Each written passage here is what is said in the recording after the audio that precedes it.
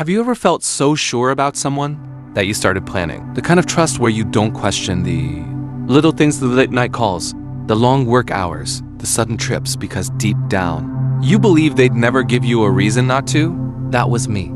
For years, I stood by my fiancé with a kind of loyalty that made me overlook moments that now feel too clear to ignore. We were engaged for 10 months, together for almost 4 years, and up until one specific moment, I would have bet everything I had on the belief that they were exactly who they said they were.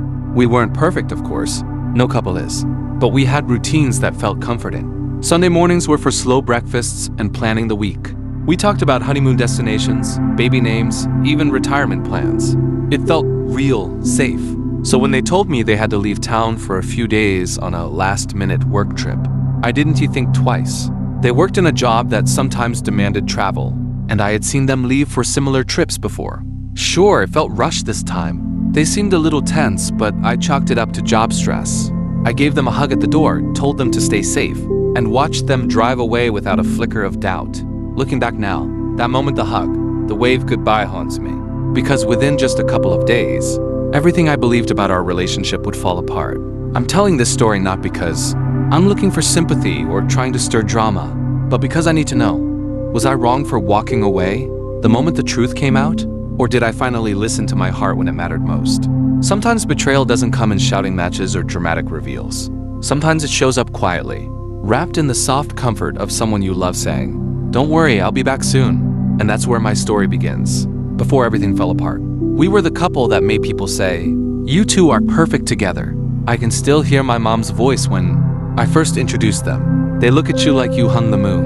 And for a long time, I believed it, fully, deeply. We met through mutual friends at a dinner party, one of those random nights where you're not expecting anything life-changing to happen. But it did.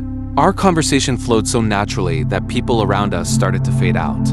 We ended up staying late just talking, laughing about childhood memories, and bonding over the fact that we both still wrote handwritten lists for everything. Things moved quickly after that. We started dating officially within a few weeks, moved in together after a year, and 3 years in, they proposed on a quiet evening at home. Nothing extravagant, just them on one knee, holding out a small ring box with shaking hands and teary eyes. I said yes before they even finished asking. We shared a lot: road trips, family holidays, long nights staying up talking about our dreams. And while no relationship is perfect, ours felt steady. Trust was something I never questioned. Even when little things came up, like them getting distant during busy work, periods, or sometimes being glued to their phone, I brushed it off. Everyone needs space, right? I did start to notice some changes after the engagement. They seemed more distracted, sometimes irritable, especially when I brought up wedding planning. They'd say things like, "Work's been a lot lately," or "Can we just take it slow?" I wanted to believe them, so I did. One particular moment sticks with me. A night when I found them texting in the bathroom. When I asked who it was, they casually said it was a coworker. I smiled, said okay, and let it go. I trusted them.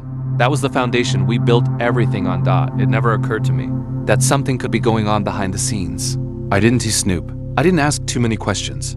I didn't want to be that partner, the one who doubts without reason. And at the time, I thought that made me respectful, supportive, loyal. So when they said they had a last-minute business trip out of state, just for 2 days, I didn't hesitate. I even packed them snacks for the road and reminded them to rest between meetings. I had no idea I was helping them walk away from the relationship we built without even saying goodbye. That trip was the turning point. But to understand why it shattered me so deeply, you have to understand this. I wasn't just engaged to them. I was all in. I had built a home in my heart where they lived freely, and they chose to leave that home with a lie. It started with something small. Isn't it funny how the biggest truths often slip through the tiniest cracks? They were supposed to be gone for 2 days. A quick work trip, just some training sessions and meetings. But on the second evening, I got a strange feeling. It wasn't anything I could point to, just that quiet. An easy ache in your chest when something feels off. They hadn't texted much since they left. I told myself they were just busy, that maybe the meetings were back to back.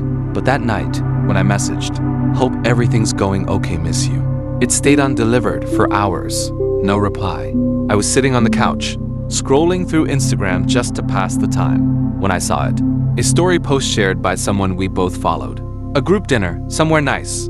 Wine glasses clinking, people laughing. I wouldn't have thought anything of it. if it weren't for a very familiar shirt sleeve in the corner of the frame. The kind of detail only someone close would notice. I tapped back, paused it. There was no mistaking it. That was the exact same shirt they had packed for their trip. The same one I'd ironed for them that morning. And then the tag caught my eye. The location wasn't where they said they'd be, not even the same state. My stomach dropped. I didn't want to believe it, so I went to their page, and it was silent. But then I checked the account of someone I didn't know very well, an old friend of theirs. And there it was, another post, a photo. My fiancé, smiling, sitting across from someone I instantly recognized. Their ex. They had gone away, not for work, but for a weekend reunion with someone they told me was completely in the past. I froze, my hands went cold. My heart was pounding so hard it felt like my chest might crack open. For a few minutes, I just stared at the screen, blinking, hoping maybe I was misunderstanding something. But I wasn't. It wasn't the photo itself that broke me. It was the realization that while I was here, missing them, waiting for updates, they were somewhere else, living a different truth, one they chose not to share with me. It wasn't a mistake. It wasn't a slip-up. It was a choice, a quiet, deliberate lie. And in that moment, I wasn't angry. I wasn't yelling. I wasn't even crying. I was just still, numb, like the floor had disappeared, and I was floating in something I couldn't control. I didn't know what to say, what to do. All I could think was, this isn't the person I thought I knew. That night, I didn't sleep. I just laid there, staring at the ceiling, asking myself the question no one wants to ask. What else have they lied about? The hardest part wasn't seeing the photos. It wasn't even realizing that they had lied to me. It was the quiet that came afterward. The kind of silence that fills a room when someone you love has already left it. Even though their things are still there. I sat on the edge of our bed, in the home we had built together, and I felt like a stranger. It was as if everything around me had suddenly turned unfamiliar. The photos on the walls, the playlist we used to cook dinner to, the wedding invitations half filled on the dining table. It all felt like it belonged to someone else's life, not mine. I didn't cry right away. I think I was too shocked to feel anything clearly. But then small moments cracked through, like when I went to text them, out of habit, to say goodnight, and I stopped. My fingers hovered over the screen, and that's when it hit me. This person I trusted with my future, my family, my heart, had made a choice that I wasn't a part of. And suddenly, I wasn't numb anymore. I felt hurt, deeply, quietly hurt, the kind that settles in your bones. I felt confused too. Was it me? Did I miss the signs? Did I love too much? Trust too easily? A part of me wanted to call them, to ask why, to demand some sort of closure. But the other part, the part that was growing stronger by the minute, knew it wouldn't help. I wasn't looking for answers. I already had them. They lied. They chose someone else, even just for a moment. And they didn't think I deserved to know. What does that say about the kind of love we had? I spent the rest of that night sitting in the quiet, not talking, not even moving much, just letting the truth sink in. And the more it did, the heavier it became. It wasn't just heartbreak. It was the loss of trust, of safety, of the future I thought I had. And with every hour that passed, a question started to grow inside me. If someone can lie that easily, with that much comfort, how many other truths have I accepted that were never real? I kept thinking about the times I defended them, the times I said no, they'd never do something like that. And now I felt foolish, exposed. But even in the sadness, something else was beginning to take shape. A kind of quiet strength, the realization that I deserved more than this. That love shouldn't make you question your worth. It should never make you feel like you need to beg for honesty. I didn't know what I was going to do yet, but I knew one thing with absolute clarity. I couldn't go back. Not to this. Not to someone who could walk away from our life with a lie on their lips and a smile in a photo. The next morning felt different. I woke up with that same heaviness in my chest, but this time there was something else underneath it. A kind of clarity. The fog of disbelief was lifting, and in its place was a quiet voice whispering, "You can't ignore this." Not again. I sat in the kitchen, staring at my coffee, thinking about everything. Every conversation, every promise, every moment that now felt like it had a shadow behind it. They were still gone, still on their work trip, still sending the occasional message, pretending like nothing had happened. I didn't respond. Instead, I took a slow walk through our apartment. I looked at the framed photos, the little notes we used to leave for each other, the drawer where we kept our someday folder lists for wedding plans, names for the dog we were going to adopt. It all felt like a life built on hopes that no longer had a place to land. And that's when I knew I couldn't wait for an explanation. I couldn't wait for them to come home and tell me their version of the truth. one I'd already uncovered on my own. I had to choose myself. It wasn't a loud decision. No yelling, no slamming doors. Just a deep breath and a sense of finality that settled in my chest like a full stop at the end of a sentence. I packed a small bag and left that day. I didn't make a scene.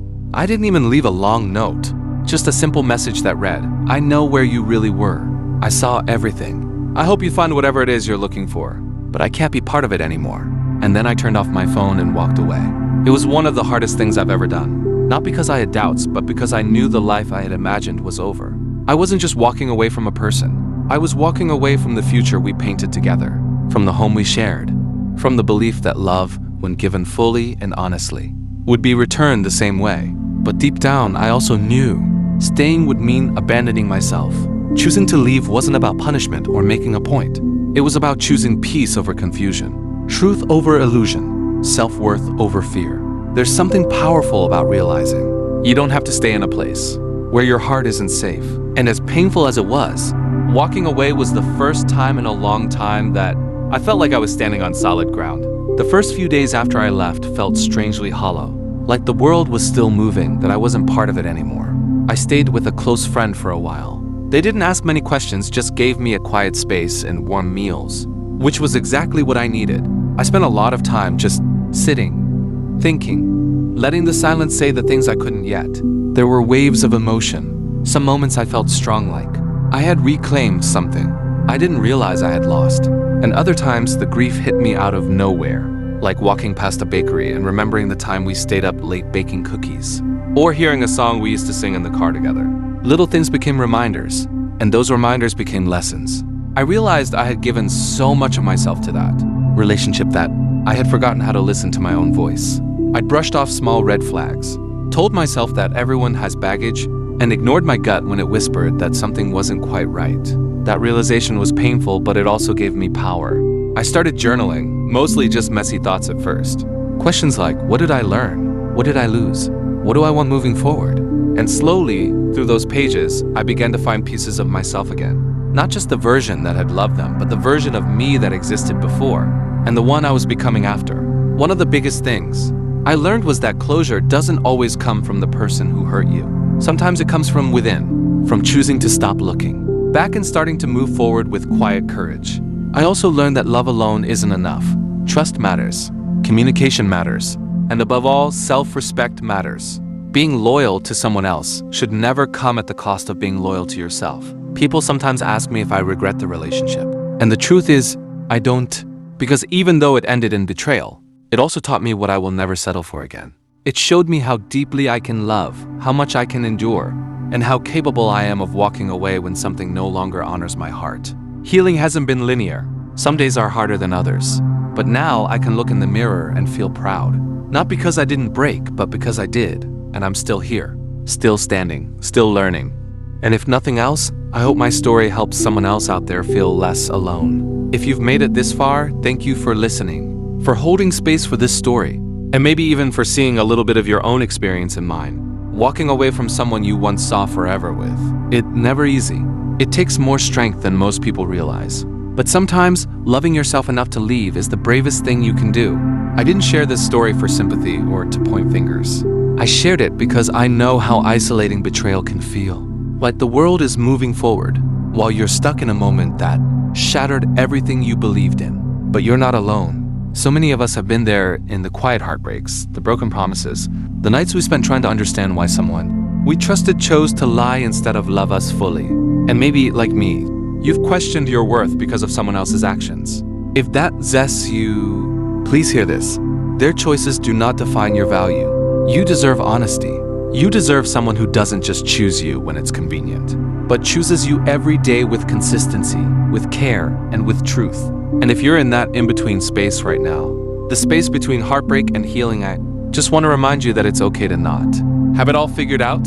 You don't need to rush your recovery. You just need to keep showing up for yourself, one honest moment at a time. Maybe one day, like me, you'll look back on the person you used to be and feel proud, not because everything went perfectly, but because even when it didn't, you found your way through it with grace.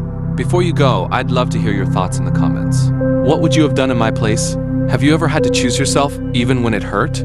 Let's talk about it. Let's make this a space where people feel safe to share, to be real, and to remind each other that healing isn't a straight line, it's a journey. And if you found comfort in this story, consider subscribing. I'll be sharing more real-life experiences from Reddit, told in the most human, honest way I can, always with heart, and always with you in mind. Until next time, take care of yourself. You're stronger than you think.